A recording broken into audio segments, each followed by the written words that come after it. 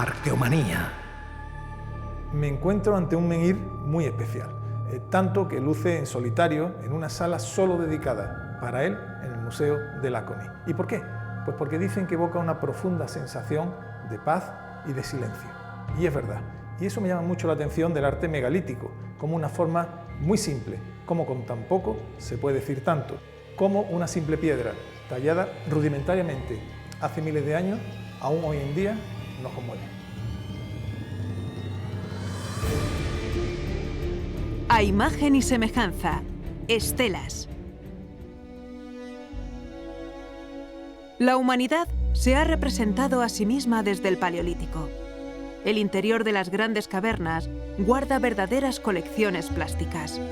La imagen humana ha evolucionado respondiendo a los distintos códigos culturales. Se ha fijado sobre soportes variados, algunos de ellos móviles. La plasmación de la imagen humana sobre paredes tiene casos tan destacados como el camarín de las vulvas de la cueva de Tito Bustillo o el hombre bisonte de la cueva del Castillo. Menos conocida sea tal vez esta representación paleolítica de la cueva de Ardales, que muestra un contorno de mujer. Las tallas, como la Venus de Willendorf o la gran escultura de madera de Sigir, trasladan la representación humana a la escultura. La escultura tiene, desde la noche de los tiempos, soportes diferentes y estilos que nos dejan ante un panorama artístico de extraordinaria riqueza. Hace tan solo unos meses tuvimos la ocasión de ver in situ algunas de las muestras de representación humana más antiguas que se conservan. Hasta ahora se conocían figuritas, representaciones humanas en barro cocido o en hueso o en piedra labrada, pero no en sílex, que normalmente es una materia que se emplea para fabricar herramientas. Sabemos que tienen un sentido funerario. Estas zonas de cementerio son lugares donde la gente no solo enterraba, sino que también realizaba rituales en los que extraía el cráneo y diferentes restos, así que probablemente estas figuritas formaban parte de estos rituales de recuerdo de los antepasados. Y este es un carácter muy típico del Neolítico. Primitiva Bueno y Rodrigo de Balbín llevan investigando la representación de la figura humana en la prehistoria desde hace muchos años. Con ellos hemos tenido la oportunidad de visitar yacimientos como Tito Bustillo, el Dolmen de Soto, la Cueva de los Casares o Villavela de Rodao en el Tajo. Son una autoridad mundial y han descubierto cosas increíbles a lo largo de los últimos años. Han recuperado el aspecto original de algunas piedras del Neolítico y la Edad del Cobre, como los pilares del Tolos de Montelirio. ¿Cuándo de verdad empezamos a representarnos y a darle un valor especial a esa representación? Yo creo que desde siempre. Lo que pasa es que ha tenido diversas intensidades o diversa abundancia. En el Paleolítico se representa la figura humana, sobre todo la femenina, pero también la masculina, aunque en poco número en general y con una condición un poco diferente a lo que se ve después. A partir del final del Paleolítico, la diferencia fundamental es que comienza a haber mucha más representación humana. El megalitismo es un momento muy importante, ahí aparecen los menhires. ¿Podríamos decir que algunos cumplían esa función de representación de figura humana? Sin duda ninguna, porque por otra parte la misma forma es la indicativa de la condición humana. A veces están decorados y a veces no. Cuando reúne una decoración más o menos abundante, muchas veces representa lo mismo que se representa en cuevas y en abrigos. Con lo cual el menhir es algo mucho más complejo de lo que creíamos. Exacto. Y que de alguna forma estos pequeños tienen continuación, por decirlo así, en esto que se llaman estatuas menhir o estas preestelas. Eso de hablar de menhir, de estela menhir y de estela como elementos independientes es profundamente incorrecto. Es decir, todo ello son representaciones humanas y se reconocen sobre todo por la forma del objeto. No exactamente por lo que contienen, que también, pero sobre todo por la forma. Y esa forma más o menos alargada y un poco circular por la parte superior, etcétera, es lo que da una imagen humana. El descubrimiento del yacimiento de Göbekli Tepe, en el sudoeste de la actual Turquía, ha supuesto una verdadera revolución en los estudios de prehistoria. Que un conjunto arquitectónico y escultórico esté datado hace 12.000 años, cuando las comunidades humanas eran todavía nómadas en su mayor parte, complica el escenario. ya no se pueden solapar sin discusión la neolitización y el nacimiento de la arquitectura. Los grandes pilares de Göbekli Tepe incluyen la representación de la figura humana. Los brazos asoman por los laterales de algunas de las grandes piedras en forma de T, humanizándolas. El imaginario que se ve ahí incluye tanto zoomorfos como elementos antropomorfos y signos, pues un poco como tenemos todo el recorrido a lo largo del Paleolítico, solo que muy bien fijado en piedra con una tecnología espectacular. Nos va a permitir reflexionar sobre muchísimas de las cuestiones de cronología, tecnología, etcétera, que nosotros miramos o valoramos para el resto de Europa, ¿no? Algunos autores defienden que las personas se han representado, en ocasiones, como animales. En ese caso, el rastreo se complica, en el arte rupestre y en el arte mueble. La visita al Museo de Salinurfa nos deja ante una colección escultórica de primera magnitud. Y no solo se trata de animales, el hombre de Urfa, esculpido hace 10.000 años, habla por sí solo. Göbekli Tepe y toda la región tienen mucho que aportar al libro de la representación humana. Turquía entera es un gran yacimiento para seguir la pista a este periodo de las artes. En Ankara, en su museo arqueológico, pueden verse algunas de las diosas más antiguas que se conservan. El repertorio de Satal Oyuk parece visualmente moderno. Hemos visto los orígenes de la representación humana durante el primer neolítico en Oriente. Pero ¿cómo se comportaron las poblaciones del occidente mediterráneo?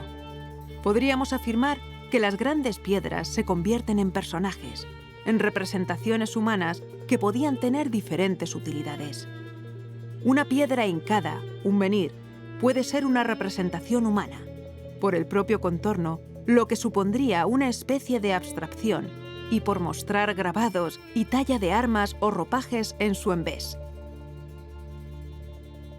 Esta idea de que las piedras son cuerpos humanos, que hace muchísimo tiempo en las primeras notas que los eruditos locales decían de los alineamientos de Karnak, bueno, ahora cada vez tenemos más datos. ¿Por qué? Porque tenemos más precisión en el estudio del trabajo de las piedras. Sabemos que muchas de ellas estaban pintadas con caras, es decir, con elementos claramente antropomorfos y digamos, a mí no me cabe ninguna duda en ese sentido.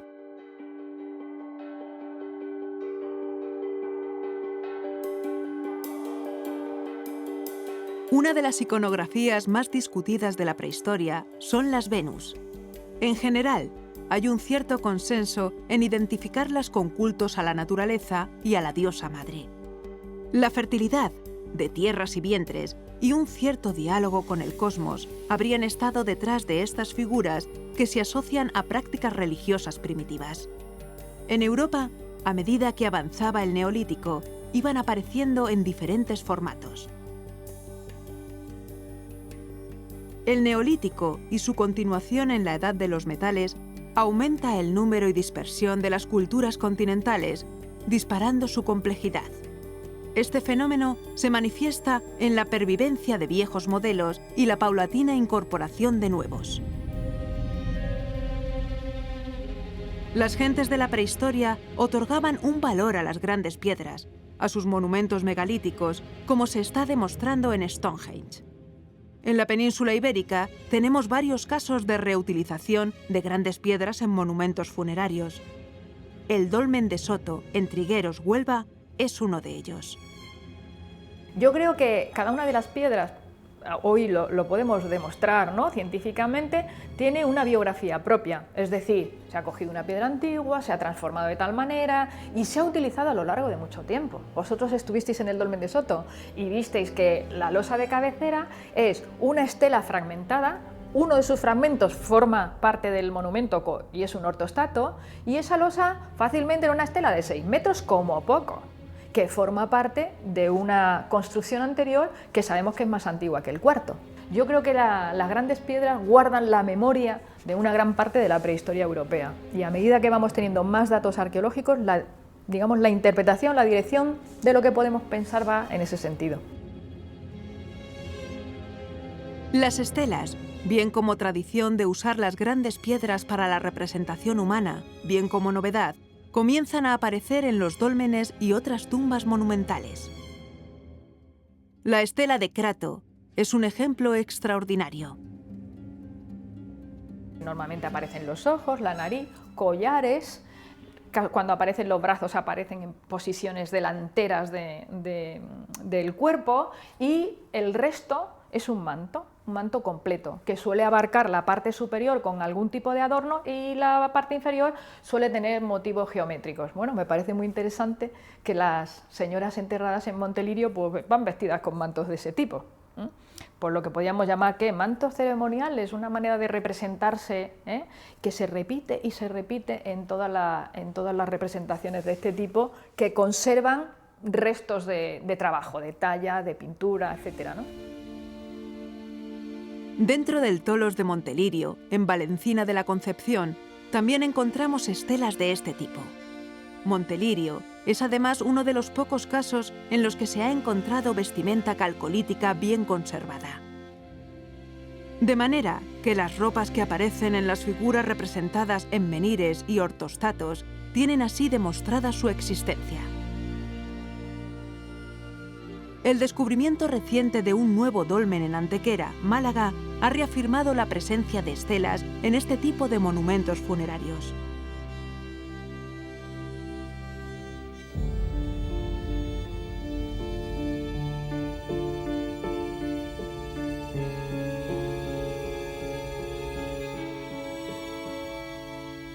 La evolución en la representación de la imagen humana tiene en el Calcolítico uno de sus periodos más fructíferos.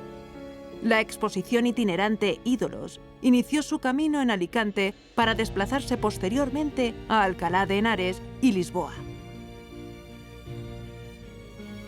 Ídolos es un detallado viaje a las diferentes formas de representación humana, especialmente durante el Calcolítico, y una aproximación a sus contextos culturales e ideológicos. Los llamados ídolos oculados, que comienzan su andadura en el arte rupestre, como se puede comprobar en varios abrigos rocosos en la península, son la iconografía más repetida, probablemente durante todo este extenso periodo. Estos ídolos se han relacionado con el sol, y sus soportes van desde láminas de oro en Valencina de la Concepción hasta cilindros de piedra. La variada forma de los ojos, la hechura de cilindro o de espátula y otro sinfín de detalles ayudan a los investigadores a clasificar a los ídolos por su antigüedad y procedencia.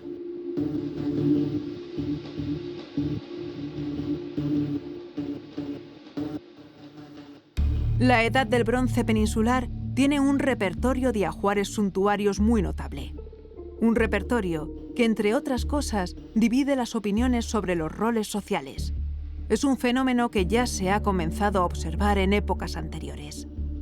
La panoplia del guerrero feroz, la espada, el escudo, la lanza, y de repente algunos elementos que inspiran ternura, estética, el peine, el espejo. Lo que nosotros estamos viendo en esas piezas son la imagen que se quería proyectar. Y verdaderamente, siendo sinceros, no sabemos qué gente, qué personas, qué géneros habían enterrado dentro de esas tumbas, ¿no? Por ejemplo, algunas estelas, tú las ves en las necrópolis y aparecen unas piezas mayores y otras piezas menores. Todos los investigadores estamos convencidos de que están representando hombres, mujeres y niños.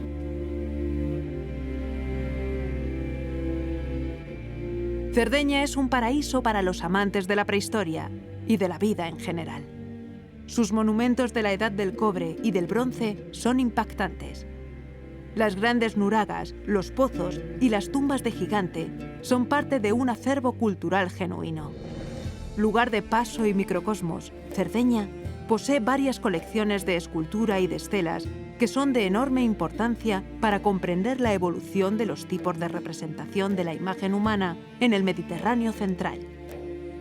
Veamos algunos vestigios de su prehistoria antes de centrarnos en el mundo de las estelas.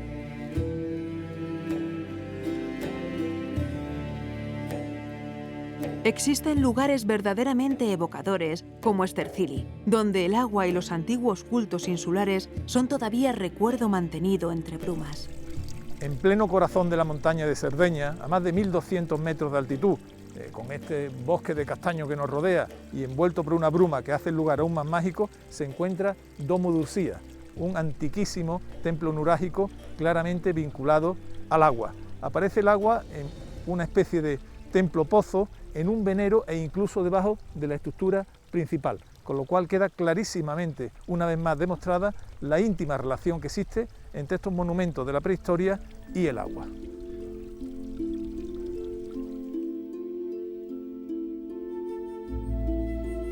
En la media montaña de la zona central de la isla, visitamos un museo temático que nos va a servir para despejar algunas incógnitas del mundo de las estelas. Tenía muchas ganas de conocer el Museo de los Menhires, de las estelas. Importante, y me he encontrado la sorpresa de este edificio. Pues sí, según parece es un edificio de una familia aristocrática de origen español, los Aymerich, que alberga una magnífica colección de estatuas menhir y estelas del tercer y del segundo milenio. Entramos y lo primero que vemos es un menhir. ¿Se puede considerar estatuaria prehistórica? Sí, sin duda los menhires, las piedras levantadas en una fase avanzada del Neolítico, están en la base, en el origen de lo que es toda la estatuaria de la prehistoria reciente. Mira, que después puede tener prolongación en estas estelas. Sí, aquí tenemos un repertorio de todo lo que hay en este museo. Son estelas calcolíticas, ¿no? En este caso. Y de la Edad del Bronce. Leo, estoy delante de esta estela y tengo dos sensaciones, ¿no? Por una parte me parece bellísima, pero por otra parte también intimidante. ¿Cómo describirías tú la estela? Bueno, estamos ante un bloque pétreo de gran porte que está en parte en su estado natural, pero en parte ha sido también regularizado. Es decir, está muy claro que la cara frontal ha sido tallada y labrada para tener una superficie plana sobre la que se han labrado luego en relieve una serie de motivos que además en esta serie de estelas de aquí de Laconi están bastante estandarizados, es decir, se repiten en todas las estelas los mismos motivos. Y buscan como una capucha, ¿no? Buscan arriba como una forma humana, ¿no? Sí, la forma es ligeramente antropomorfa, de una manera muy sutil. Vemos los motivos de cejas o digamos arcos superciliares y nariz que vemos en mucha iconografía en la prehistoria reciente de la península ibérica también. Y luego vemos dos motivos que tienen mucho protagonismo en esta serie concretamente, en Laconi, que son este elemento en forma de tridente, podemos decir, y luego en la base o a media altura de la estela un motivo o un atributo que se suele interpretar aquí como un doble puñal.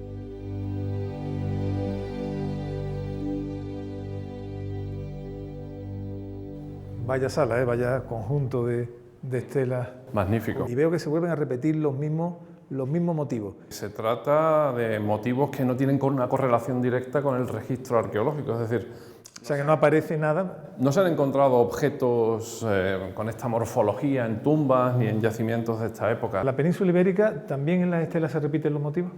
Sí, en muchos casos. Es decir, hay una tensión muy interesante entre un cierto patrón reiterativo, digamos, de concomitancia de motivos que aparecen en series enteras de estelas, pero al mismo tiempo luego de idiosincrasias que obedecen un poco pues, a tradiciones locales y que representan pues, un elemento de aportación más específica de determinadas regiones, de determinadas comunidades, dentro de lo que es un patrón o un marco de diseño más general. Otra estela espléndida, con los motivos que se repiten, este doble cuchillo, esta especie de tridente, esa mirada que a mí por lo menos me parece intimidante, pero aquí curiosamente está como girada. ¿Tú crees que es posible que a las estelas le dieran forma artificial, o sea, que voluntariamente hubieran girado la cabeza? Bueno, es evidente en este museo que se dan las dos situaciones. Algunos bloques están trabajados para tener una forma específica y una silueta, digamos, muy concreta, pero otros, como creo que es este caso, se ha respetado la forma de un bloque natural que se ha adaptado, sobre todo para crear una superficie plana frontal sobre la que se presentan los motivos que son los protagonistas de la composición. Esta estela me ha llamado mucho la atención y me han explicado varias cosas, ¿no? Primero, que es una estela femenina, se aprecia los dos senos, pero lo más importante también es este motivo que parece una puerta.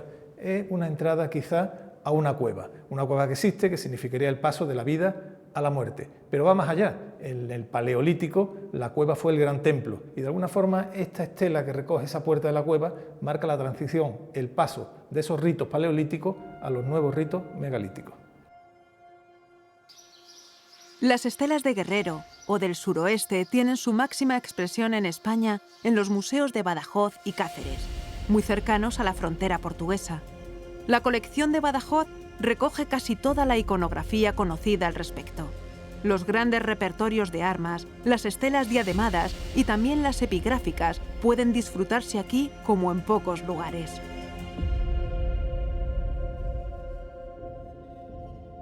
En el Museo Arqueológico de Cáceres se expone una colección de estelas de Guerrero y otra de estelas diademadas que resultan claves para conocer su significado en los modos de representación de la figura humana. Esta colección para mí tiene mucha escenografía. Primero, por los motivos, son panoplias de Guerrero, son del bronce final, por tanto entre el 1000 y el 750 a.C., y los motivos se repiten. Armas y estos escudos tan característicos, con esa doble escotadura. ¿Qué significa? ¿Para qué se usaron estas estelas? Suponemos que eran estelas asociadas a contextos funerarios. Digo suponemos porque las poquitas referencias que tenemos sobre su posición las reducen, las colocan en ese ámbito del mundo funerario. Muchas figuras de finalidad funeraria en momentos determinados, por ejemplo en los monumentos megalíticos, pasaron a tener otros papeles y pudieron haber ejercido papeles, por ejemplo, de visibilidad de los propios monumentos en las zonas superiores, como estas figuras en su momento, es decir, que fueran también una referencia visible del lugar donde había una tumba.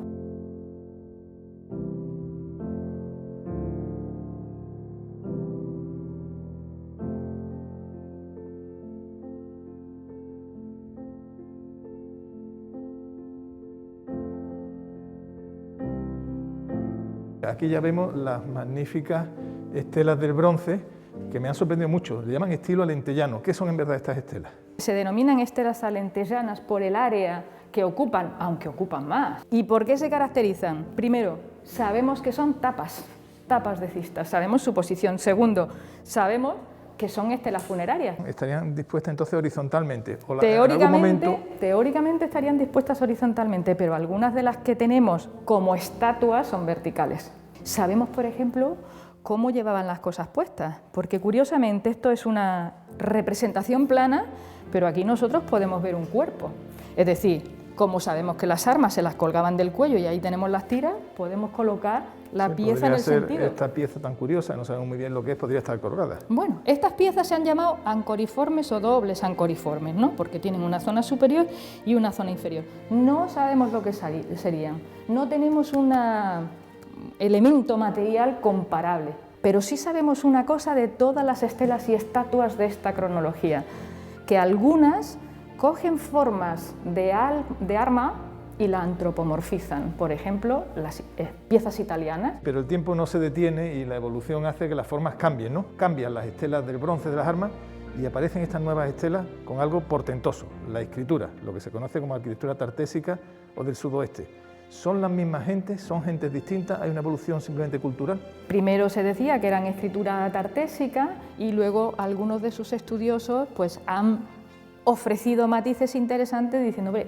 a lo mejor podemos llamarlo escritura del suroeste, a partir de una serie de estudios que demuestran que son escrituras de distintos sitios y en un momento determinado se mezclan con el alfabeto fenicio famoso. Ya han detectado algunos nombres que ellos dicen de origen galaico en alguna ocasión, que eso es muy interesante, ¿no?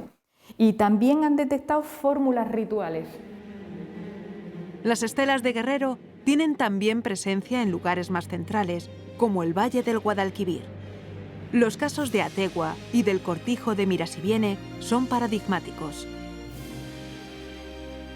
El mundo de los grandes ganaderos o de los guerreros legendarios se extendió por buena parte de la península, respetando casi siempre las viejas piedras que representaron a otras personas en momentos previos.